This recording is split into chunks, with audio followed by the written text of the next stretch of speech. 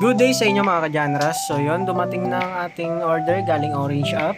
At dito nga sana ay mag-unboxing na ako, kaso ito may batang lumapit at napakakulit. At dito nga yan, tuluyan ko lang ang binuksan ang order natin galing Orange App. Yan. At yan, may bata. At yan, 24 pieces yan. Yan. And talaga umalis sa tabi ko. May ano na rin tayo, mga sangkap din ng paggawa ng dishwashing. At ito ay degreaser or labsa at thickener. May colorant din. So, mamaya gagawa na lang ako. At ayan ang mga kailangan at 17 liters na tubig. At ang unang step ay ilagay ang surfactant ng dahan-dahan habang hinahalo. Huwag hayaang mamuo at magkumpol-kumpol ang surfactant. Pag tunaw na ang surfactant, ilagay ang mga natitirang sangkap. Pwera lang sa thickener habang hinahalo pa rin ang mixture. Isunod naman ang labsa or degreaser. At i-add naman ang 4-in-1.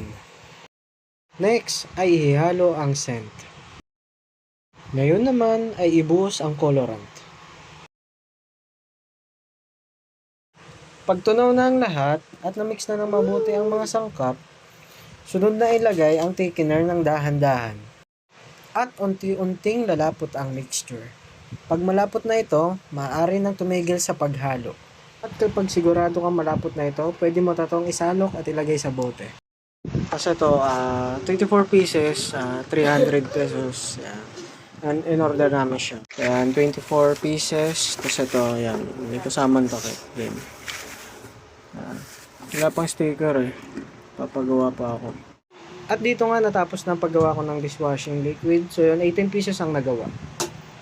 So yun mga ka-Janras, yan. Tapos na yung pag-process natin ng dishwashing natin. So yun, 18 pieces lang ang nagawa natin na ito. Yan. Maging available na rin to soon.